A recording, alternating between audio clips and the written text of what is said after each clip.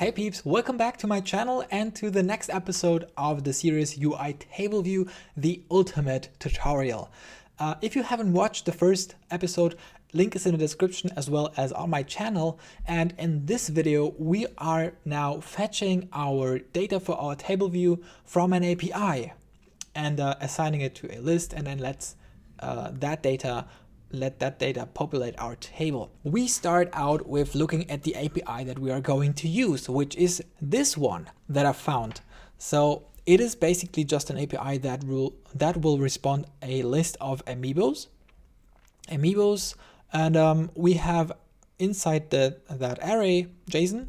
We have a JSON response, and we have an object of amiibo, or an JSON object that represents an amiibo, and we have a couple of those inside that list because there are many amiibos out there, obviously, and I don't even own one. However, we are going to use that API and we are going to map that JSON into a Swift representation of it, and use that to have access to all the values. Let's just start. Now, we will create a new Amiibo API file. I hit just Command N on the group over there and use Swift file and call it Amiibo API, just like that. And let's have a class. Let's have a final class. Final class just means that you cannot inherit from that class. Amiibo API, just like that. So inside here, we will want to have a function to fetch from that API the list of the amiibos. Now, and then we want to map the JSON the JSON response into a Swift, into actually an object in Swift, so we can access it just like a simple class or struct instance. How do we do that? Well, it's pretty simple. We will do that first. We will take that JSON right here, this is an amiibo, right? So let's paste it into here to see it right aside from what we are doing, and let's have it a little bit indented as well. So that is one amiibo represented in JSON, right? Now let's do one amiibo represented in Swift, which is, we will define a struct, could also be a class, and then we will call it amiibo because it's an amiibo, and we will conform to codable, and that's the magic, because from Swift 4.1, I think, if I'm not mistaken, Swift give us native support of mapping from and to JSON, which is awesome. We just have to conform our struct to a codable, and that's it. Then we will just continue and define properties just as we know, and the properties have to match the keys from the JSON.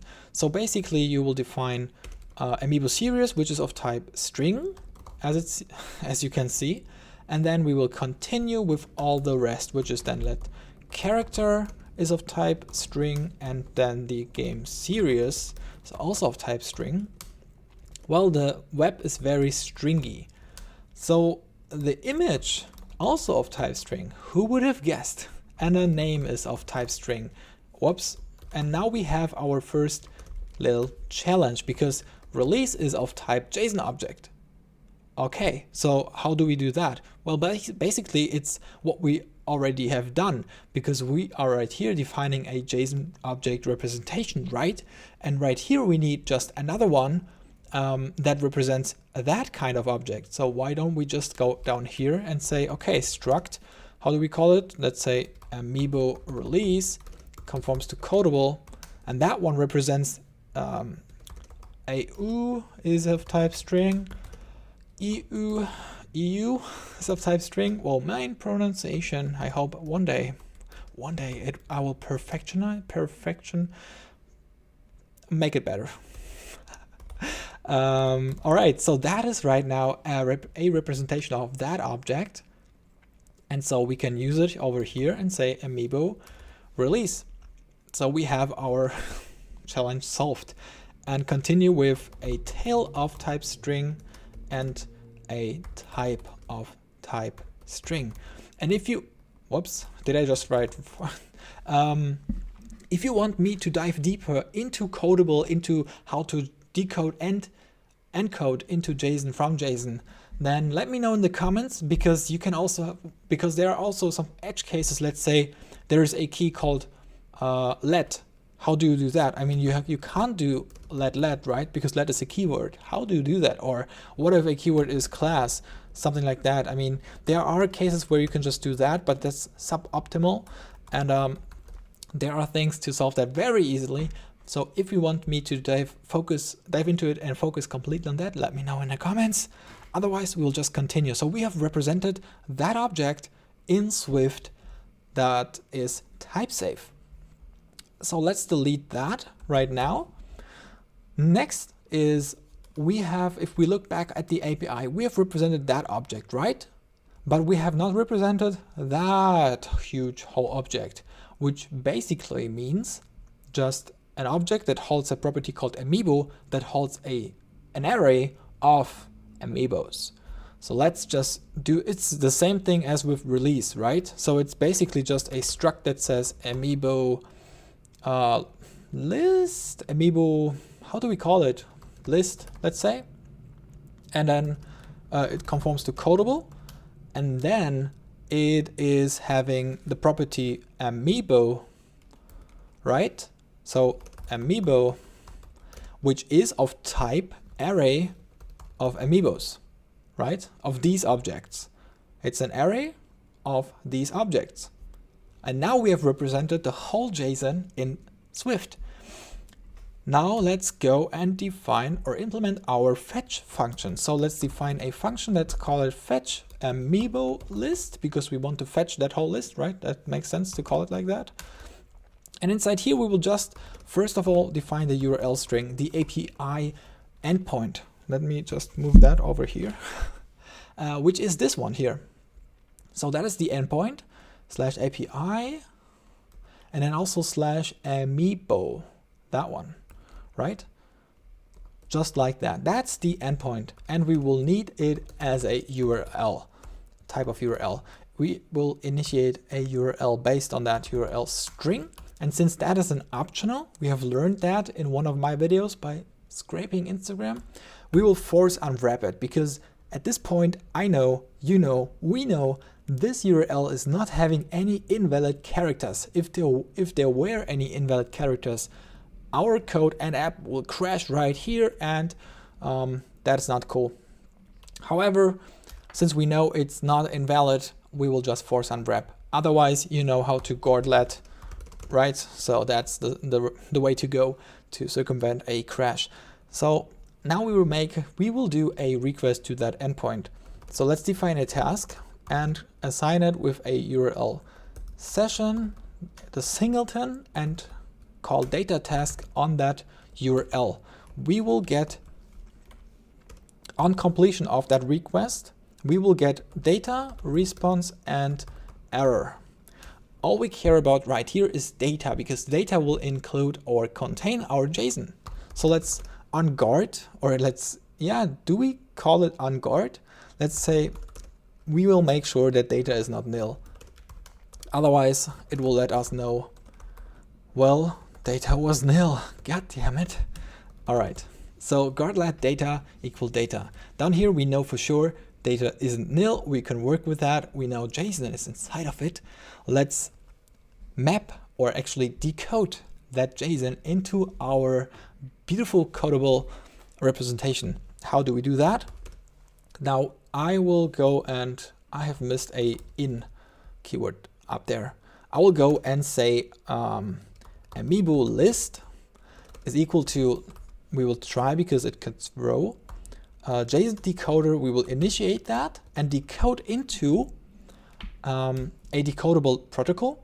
So what we will decode into, it has to conform to decodable, and codable is actually a combination of, if we jump to, a combination of decodable and encodable. Decodable means from JSON to an instance in Swift, and encodable means from an instance in Swift to JSON, right? And since we are now trying to get from JSON an instance to Swift, we only need to conform to decodable. However, I like to conform to codable, so I just have So I don't have to take care or think about it if I at some point decide to also go the other way around. So amiibo list.self and from data, right? So from here, please decode into our amiibo list type, else just let us know that something went wrong, which is couldn't decode JSON. Holy macaroni. If that worked, right? If that worked, we have our amiibo list down here. Where is our variable? Why is it use of unresult identifier? I forgot the let. Classic. There it is. And now we can access amiibo, which is the array of amiibos. That's what we want. We can print that and see if we run it. Oh, that we have an executed task. Let's do that. Task.resume to execute that. And also let's call that in our amiibo list view controller onload. So,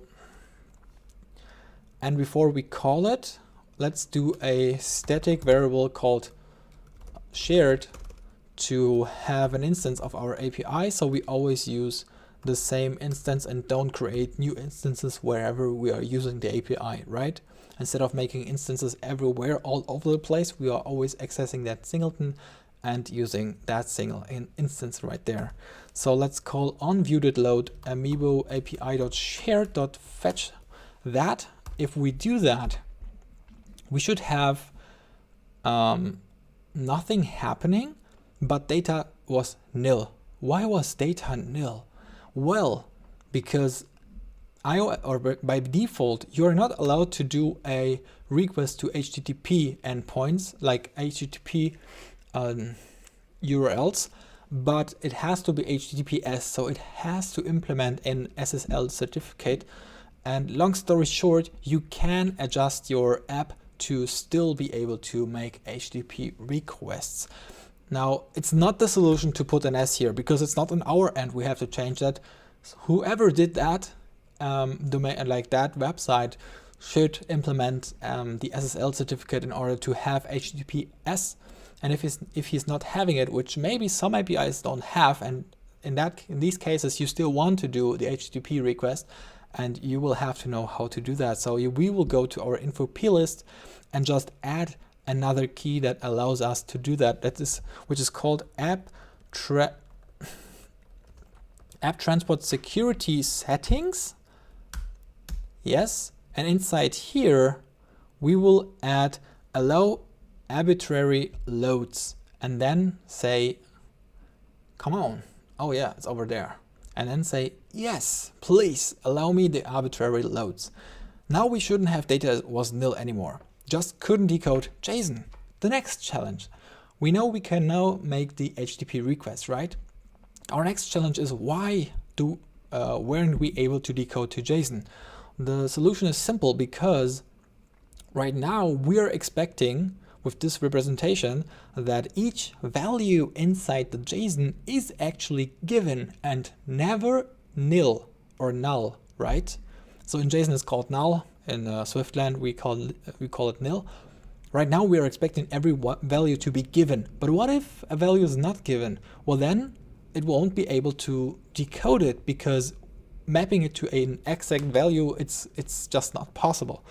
And so if we go here and scroll a little bit down or somewhere, we will at some point see, oh, the release object actually has sometimes a value of nil or null here. So why don't we just take care of that and say, okay, let's have each of these values be optional. So they might be there. There might be also the case that they aren't there. So handling that case as well, you will have to check the JSON the API documentation to make sure that you know what values are optional or for sure given. Now we are making the request and we are printing our list. So that is basically our representation of JSON in a Swift instance, right? That's what we are printing right here. The next thing we want to do, of course, is assign that list to our to our local variable inside our view controller that is representing the table's data. How do we do that? I can tell you we will do that with a closure. We want that list inside our UI view controller, right? So basically when we execute that function, we want that that function will expect a parameter that is of type function, and that function returns nothing. What does that function that should be passed into here expect? Well, the function that is passed into here should expect an amiibo list. So when we are using that function inside here, we can pass the amiibo list in it, right? Because it's expecting it. So we're defining that that function that is passed into here should expect an amiibo list. That's it. And then we can down here call that function and say, well, here you go with your amiibo list. So that's for the closure inside our network layer manager, our API call.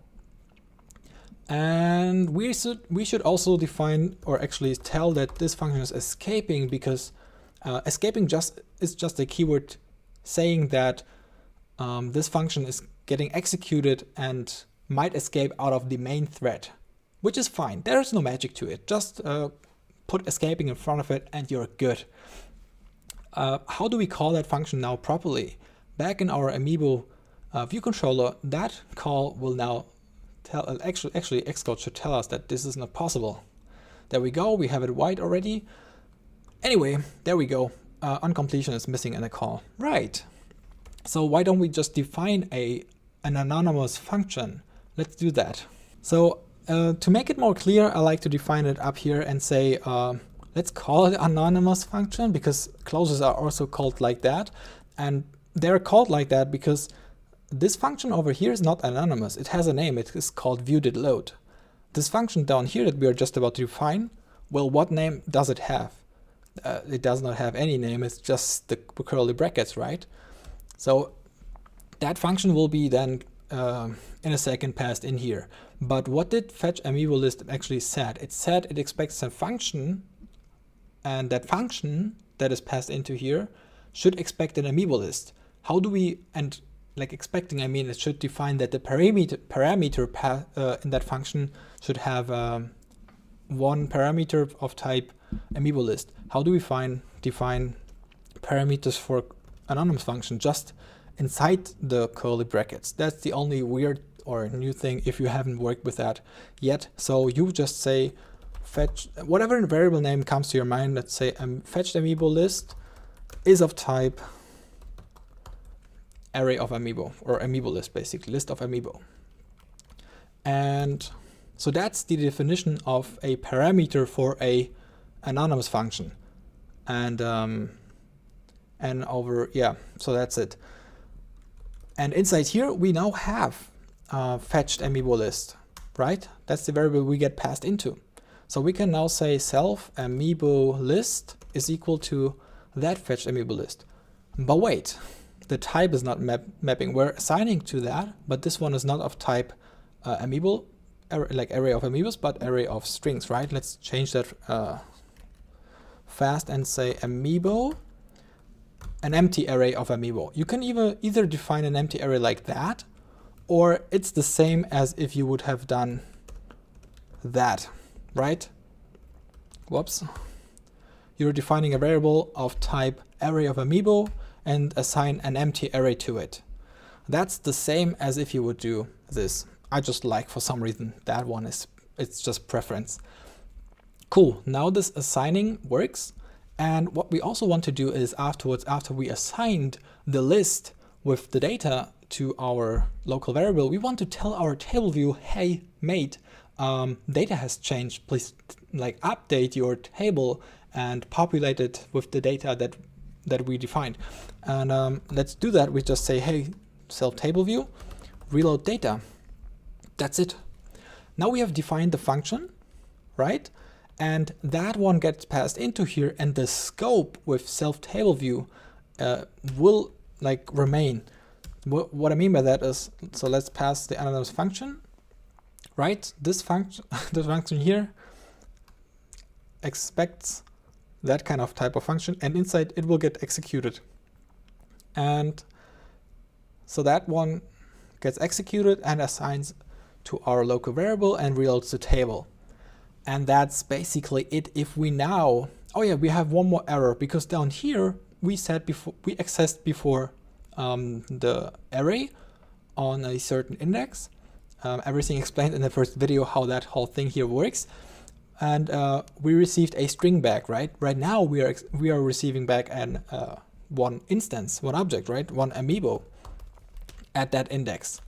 So it's not a name anymore, it's an amiibo, and that amiibo has a name, because if we go here, that instance has not only a name but also an image, and so on and so on. An image we will do in a after the custom table cell. But now we'll just assign name. If we run that now, we will almost be done, because right now Xcode should tell us, well, you must use from it must be used from the main thread. What does that mean? Basically, whenever you are updating the user interface in any kind, on any manner, you want to make sure you're not doing that in a background thread. That just like threads and so on can like sound intimidating. There is also no magic to it. If you see that error, like not error, but that message here from Xcode, and we will see an update in our user interface in a second, because at some point it will work it out, but that's not how you want to do it. Like, there we go, it worked it out, but that's just, it took too long, and it was already done, but the interface was just not updated because we didn't do that on the main thread. And just to make sure we do that always on the main thread, we will call dispatch queue main async, and inside that async code block, you will just do that what you want to do in order to update your interface. If we run that with Command R, we will see that it will happen way faster now, because everything is done on the main thread. And there we go, we have populated our table view with data fetched from an API. So whenever you are encountering that warning from Xcode, you have either missed dispatch main to do that in a main thread, or if you don't see your user interface updating, you might have missed to put that in the main thread asynchronous block as well. That's the episode. Make sure to subscribe and not miss out the next episode, when it's about to write or implement a custom table view cell. So you can just go crazy actually at the end of it, because you will know how to do whatever you want to do to represent a cell. And you will see in the description links, one to my Patreon, where you can download every source code from every video if you select the right tier. And you will also see a link to my Instagram, where you can come over and just DM me, write comments, or also comment below this video to let me know your feedback, criticism, what you liked, what you disliked, also what topics you would like me to cover next and in detail. I hope you liked it, and see you next time. Bye.